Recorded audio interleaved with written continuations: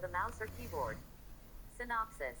When Hazel is nominated to put the star on top of the tree on Sparkle Night and she unintentionally breaks it, the little charmers ask the aid of Santa Sparkle to fix it. When Hazel accidentally breaks Santa Sparkle's sleigh and transforms him into a mouse, the three kids must fix all the problems in time to save Sparkle Night for everybody. Summary. From the sky a snowflake is falling. Transported by the wind, it joins two other snowflakes and all three of them, led by the wind gusts, fly near the outside of the charm house. In the inside, a grandfather clock with a bearded man visage as clock face is snoring, when he suddenly wakes up, acknowledging it is time for him to tell a tale regarding the three little charmers and Sparkle Night. The scene changes to the three charmers playing in the snow outside Hazel's house. In the kitchen of the house, Hazel's mom is baking cookies and preparing everything for Sparkle Night, and she has her belief of having almost finished doing the tasks on her list quickly proved otherwise by her to-do list exponentially unwinding and showing other tasks too many to count. In a hurry to finish in time, she encounters her husband, who is gently dismissed by her because of the fact of needing to complete the Sparkle Night preparations. After she decorates everything in the entrance, Mr. Charming tries to talk to her again, asking for her opinion on something. Using the fact that a decorative green ribbon which floats in midair by magic has approached her husband near the back of his head, the enchantress plays with him, judging his appearance with the green ribbon and a red one, finally saying that he looks better with the first one. When Mr. Charming explains he needs her opinion on a new broom he has crafted, she tells him that it is lovely. However, the broom goes out of control due to him having added too much more horsepower, and Mr. Charming flies out of the house and past the kitchen's window where his wife is preparing hot chocolate for the little charmers, who she promptly calls through the window. After Hazel captures the moment of her mom calling them with a camera of hers, the girls and their pets enter the house, make themselves comfy and enjoy the Sparkle Night decorations, all while Hazel takes other photos for her Sparkle Night album, including her father returning home with his broom after having comically sinked in the snow outside. Back in the kitchen, everybody talks about Sparkle Night, wondering who will be nominated to put the star on top of the tree, only knowing that like every year, it will be the charmer who showed the better sparkle spirit all year round, like the enchantress did when she was a kid, a thing that Mr. Charming says to hope to do one day, too. At the tree decorating ceremony, the charmers are enchanted by the Sparkle Night tree and everyone is curious to know who will be the star topper, since that all the decorations except the star are put on the tree by Zelly and two other gnomes. Suddenly, the enchantress spells some fireworks to attract everybody's attention to the arrival of the sparkling star, taken to the place by two fairies, and starts a speech about the season starting with the act of placing the star and the holidays activities that will take place. After reading the magic envelope with the star topper's name, she reveals that it's her daughter Hazel. Part of you guys. Unfortunately, everybody's eagerness is sadly short-lived when Hazel trips on a rock and drops the star that falls into pieces, all while trying to undo a spell cast with the purpose to take a selfie of the star-topping ceremony that rebounced off her camera and ricocheted everywhere in the square, causing various damages.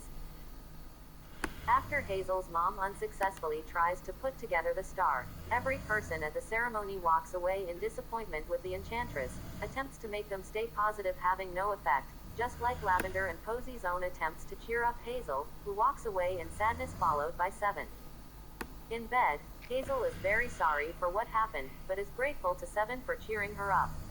When her mom comes to check on her, she joins her in bed upon her request and motherly calms her by saying that only the star is ruined and this accident will not prevent Santa Sparkle to arrive, as always because, as Hazel says, he is the magic-ass charmer there is.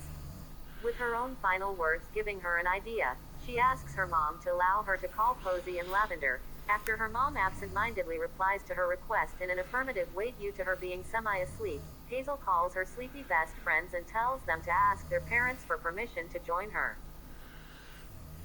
In the house entrance, Hazel explains that Santa Sparkle will be able to fix the star, a thing that both her friends agree upon, since he is a very powerful charmer and can make wishes come true, so they stay up waiting for him to come down the chimney in order to meet him and ask him the favor.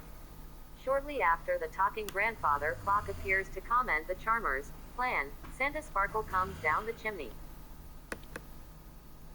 Hazel immediately takes a photo of him and plans a second one with everyone in the room, but the spell to activate the camera misses its target, and after being reflected by a picture separates itself into two spells, with one bouncing out of the smokestack and snapping Santa's sleigh in two, and the other one hitting Santa Sparkle and transforming him into a mouse, much to the dismay of the three charmers. Things got even worse when Santa Sparkle Mouse flees from the charmers who, along with their pets, ineffectively try to catch him, leading to him eventually taking refuge in a hole in the floor. At this point, Lavender proposes a solution for the new problem. Set up a Santa mouse trap based on a mixed knowledge about mice and Santa Sparkle, consisting on a plate of cookies, which Santa loves, which delicious smell is brought over the hole that provides refuge to Santa Mouse by a fan. All of this completed by cookie crumbs, which mice love, placed on the border of the hole as bait, and a glass, placed between the hole and the cookies, where Santa Mouse falls in. With Santa retrieved, the charmers head to the charm house to charm him back. At the charm house, the girls try several times without success to change Santa Sparkle back, but they eventually succeed using a stronger spell with each of their power combined together, just as they were about to give up. After everything seems finally okay to the charmers, Santa regretfully informs them that it is not so, since his sleigh is still broken in two, a problem which the solution is beyond their field of expertise, but not the one of Mr. Charming. Arrived at the place of the incident with Santa Sparkle and the girls, Mr. Charming, after an initial slight shock, proceeds to check the sleigh and finds out that while the sleigh can be repaired with a wagon of glitter glue, it lacks power to work again. However, Santa says that only a magical power capable of making the sleigh go fast enough to send all the toys to everyone before morning will suffice. Since his brooms are fast enough for that, Mr. Charming calls them to the sleigh and, aided by the three charmers, magical power, manages to completely repair it and also makes the brooms tow it. Hazel then tells Santa Sparkle that considering that it is late, he should go delivering the presents for everyone, and gives her apologies to him, but something makes Santa aware that something else is in need to be fixed, namely the broken Sparkle Night Star, as Posy tells him, completing the sentence of an ashamed Hazel, a third problem that Santa Sparkle is eager to fix.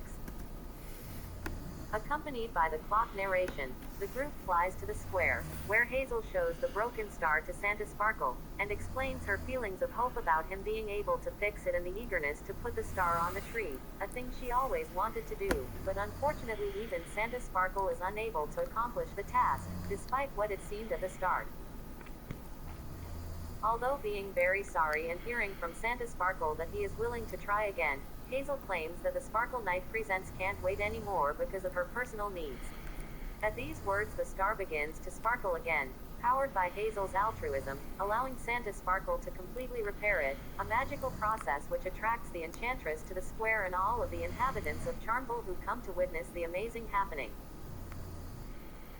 Although everything is restored and ready for the ceremony to begin again, Hazel shocks everybody, declining the right to place the star, and when Lavender asks why she would do that after all the trouble they had, she states that the troubles she caused are exactly why she will not do it, and gives the task to her dad, amazing him with joy. This altruistic decision is hugely appreciated by Santa Sparkle, who decides to create 3 other treetop stars to symbolize it, one for every charmer who proceed to place their star on the tree, along with Hazel's dad who puts the first one. With the Sparkle Night Tree prettiest than ever, all the square cheers and everything is eventually fine except for the fact that now Santa Sparkle is very late, a problem quickly resolved by Santa himself, who immediately spells the charmers with elves' outfits so they could aid him in the delivery of the presents. So Santa Sparkle, Posy, Lavender, Hazel, Seven, Claire, and Treble fly together in the sleigh towed by the flying brooms to deliver every Sparkle Night present for everybody, leading the episode to a sparktacular happy end just after making their best wishes to everybody. Magical moments. The narrator grandfather clock changes his pendulum into a magical globe that abruptly makes sparkles, starting the story. Outside her house, Hazel makes 3 angels in the snow and 3 snowmen appear.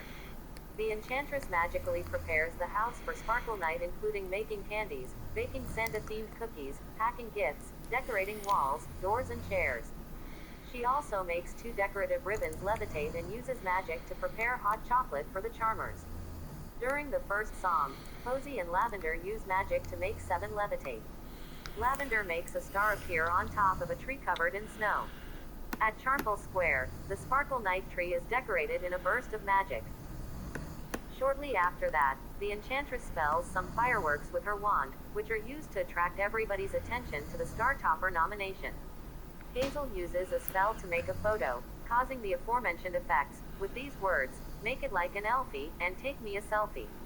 After that, her mom tries to fix the sparkling star with her wand using these words, "Little star that took a tumble, there's no need for you to crumble. Now back together you should go, on with our sparkle show."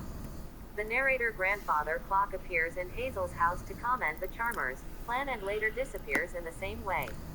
Santa Sparkle magically descends through a too-tight chimney in the form of a red magical flow. Hazel unintentionally transforms Santa Sparkle into a mouse when the spell used to activate her camera misses the target and hit him instead. The out-of-control spell also hits a staircase making them multi-colorfully glow. At the Charm House, Santa Sparkle Mouse has several spells cast on him in an attempt by the Charmers to charm him back to normal.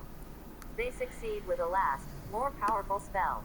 The first attempts are preceded by Hazel's words, "We want Santa Sparkle back, with his rosy cheeks, and his giant jolly laugh, not tiny little squeaks," which only have the effects to transform him into a frog and a butterfly. Mr. Charming fixes Santa's sleigh with a very powerful spell, supported by 3 other spells by the Charmers. He says these words, "Brooms, attention. Harness reins, ready for flight, take Santa Sparkle into the night. All right brooms, show 'em what you got." Back at the Charmville Square, Santa Sparkle finally manages to magically fix the sparkling star supported by Hazel's altruism after a first unsuccessful attempt. He also makes 3 other sparkle stars for Hazel, Posy, Lavender and magically creates Santa's helpers' outfits for them to have them proper dressed to aid him in the presents delivery.